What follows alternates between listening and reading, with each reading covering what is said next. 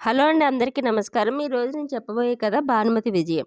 ఆ రోజు ఆదివారం కావడంతో అందరూ ఇంట్లోనే ఉన్నారు. వంటగదిలో పనిచేసుకుంటున్న భానుమతి ఉదయం నుంచి భర్త వాకిట్లోనే కూర్చొని తన చిన్నప్పటి ఫ్రెండ్ కామతి రాక కోసం ఎదురు చూడసాగాడు. భానుమతి పరందామయ్య అన్నపూర్ణ దంపతులకు ఉన్న సంతానంలో 5వ అమ్మాయి. పరందామయ్య అన్నపూర్ణ దంపతులకు 5గురు అమ్మాయిలు. పరందామయ్య గారిది చిన్న ఉద్యోగం. వచ్చిన డబ్బులతోనే ఎలాంటి ఇబ్బంది లేకుండా ఇల్లు నడిపించగలిగే చాకచక్యురాలు. ఇంటి పనే కాకుండా తన పక్కనున్న స్థలంలో కూరగాయలు మొక్కలు పెంచుతూ పిల్లలను చదివించుకుంటూ చాలా నేర్పుగా సంసారం చేసేది.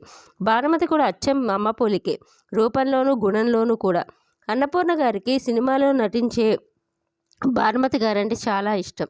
తన కూతురు అచ్చు భానుమతిలాగే ఉండేదని మురిసిపోయేవారు. భానుమతి చిన్నప్పటి నుంచి చాలా ధైర్యవంతురాలు. అలాంటి భానుమతికి డిగ్రీ పూర్తయ్యేసరికి శ్రీకాంత్నిచ్చి పెళ్లి చేశారు.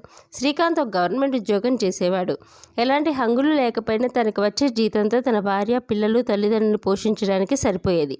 శ్రీకాంత్ ఎదురు చూసినట్టే తన చిన్నప్పుడు ఫ్రెండ్ ఒక లగ్జరీ కారులో వచ్చాడు. శ్రీకాంత్ అలాగే కారును చూస్తూ ఉండిపోయాడు. తన ఫ్రెండ్ అచ్చు సినిమా హీరోలాగా స్టైల్గా ఉన్నాడు. అకస్మాత్తుగా శ్రీకాంత్ చూపు తన ఫ్రెండ్ వాచ్ మీద పడింది. అలాగే చూస్తున్న శ్రీకాంత్ వాచ్ తీసి తన చేతికి పెడుతూ, నచ్చిందేంట్రా, నువ్వే ఉంచుకో, ఎంతరా వాచ్ అని అడిగేసరికి 1,00,000 రూపాయలు అన్న మాటలు విని ₹1,00,000? అదేంట్రా, వాచ్కే 1,00,000 రూపాయలు పెట్టావంటే తన వాచ్ తిప్పి కొడితే 500 కూడా ఉండదు. తేరుకొని నువ్వేం చేస్తున్నావురా? బిజినెస్ చేస్తున్నాను, మల్టిపుల్ బిజినెస్, క్షణం తీరిక ఉండదు అని చెప్తున్న మాటలు శ్రద్ధగా వినసాగాడు. నువ్వేం చేస్తున్నావురా శ్రీకాంత్? గవర్నమెంట్ ఆఫీస్లో పనిచేస్తున్నాను, చాలని జీతం, భార్య భానుమతి, నాకు 3 పిల్లలు, అమ్మ నాన్న, నా చిన్న ఇల్లు, ఇది నా ప్రపంచం, అందరినీ పరిచయం చేస్తూ చెప్పాడు. కాఫీ తాగడావు కానీ ఇక నేను వెళ్తాను రా, మధ్యాహ్నం ఫ్లైట్కి ఢిల్లీ వెళ్ళాలి, బిజీ షెడ్యూల్ రా, నేను ఎప్పుడు ఎక్కడ ఉంటానో నాకే తెలియదు. మరి పెళ్ళి అని నసుగుతున్న శ్రీకాంత్, అయిందిరా, నా భార్య వర్షిణి, ఎప్పుడు నాకన్నా బిజీ తను, మహా అయితే మేమిద్దరం నెలకొకసారి కలుస్తామో లేదో కూడా డౌటే, పిల్లల్ని ఆయా చూస్తుంది, ఓకేరా ఉంటాను అని చెప్పి వెళ్ళిపోయాడు. తను వెళ్ళిన దగ్గర నుంచి అదే ఆలోచిస్తూ ఉండిపోయాడు శ్రీకాంత్. వెనక ముందు ఆలోచించకుండా ఉద్యోగానికి రాజీనామా ఇచ్చేశాడు. ఆ విషయం తెలిసి తల్లి, తండ్రి, భార్య ఏం చెప్పినా తన చెవికి ఎక్కలేదు. తనకున్న చిన్న ఇంటిని, ఇంట్లో ఉన్న బంగారాన్ని తాకట్టు పెట్టి బిజినెస్ స్టార్ట్ చేశాడు. బిజినెస్లో బొత్తిగా అనుభవం లేని తనకు నష్టాలు రావడంతో భయపడిపోయి మిగిలిన కొద్ది డబ్బులు ఖర్చు పెట్టి అమెరికా వెళ్ళాడు, కోట్లు సంపాదిద్దామని. ఇట్లు భానుమతి చేతిలో రూపాయి లేదు.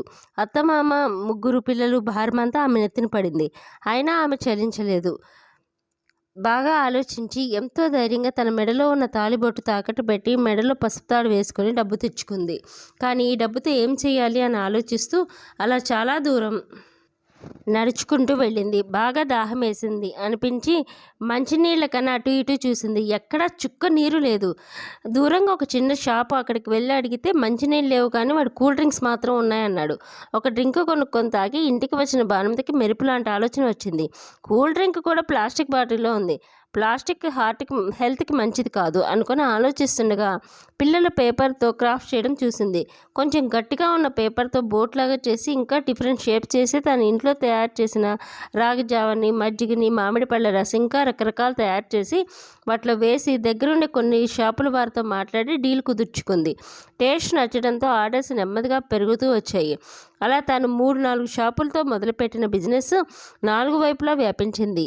ఆ ఏడు ఆమెకు ఉత్తమ ఉమెన్ ఎంపవర్మెంట్ అనే అవార్డు ప్రెసిడెంట్ చేతుల మీదుగా అందుకోవాల్సి వచ్చింది. ఏదో సాధించాలని అమెరికా వెళ్ళిన భర్త మాత్రం బికారిలాగా, చేతకాని వాడిలా ఇంటికి తిరిగి వచ్చాడు. భానుమతి గారు సభలో మాట్లాడుతూ, చేప ఉన్న వాళ్ళు ఎక్కడ ఉన్నా వాళ్ళు అనుకున్నది సాధిస్తారు, చేతగాని వాళ్ళు వాళ్ళ చేతిలో చిల్లిగా లేకపోయినా ఎంత ఉన్నా దాన్ని తగలేస్తారు. ఎవరికైనా సంకల్ప బలం ఉండాలి, అనుకున్నది సాధించేంత వరకు దేన్ని లెక్క చేయకూడదు అనే పట్టుదల ఉండాలి. కరతల ధ్వనులతో సభ మోగిపోయింది. అంతేనండి. కథ నచ్చిందా? నచ్చితే ఒక లైక్ చేయండి, షేర్ చేయండి, కామెంట్ రూపంలో మీ విలువైన అభిప్రాయాలు తెలియచేయండి. సబ్స్క్రైబ్ చేసుకోవడం అస్సలు మర్చిపోండి.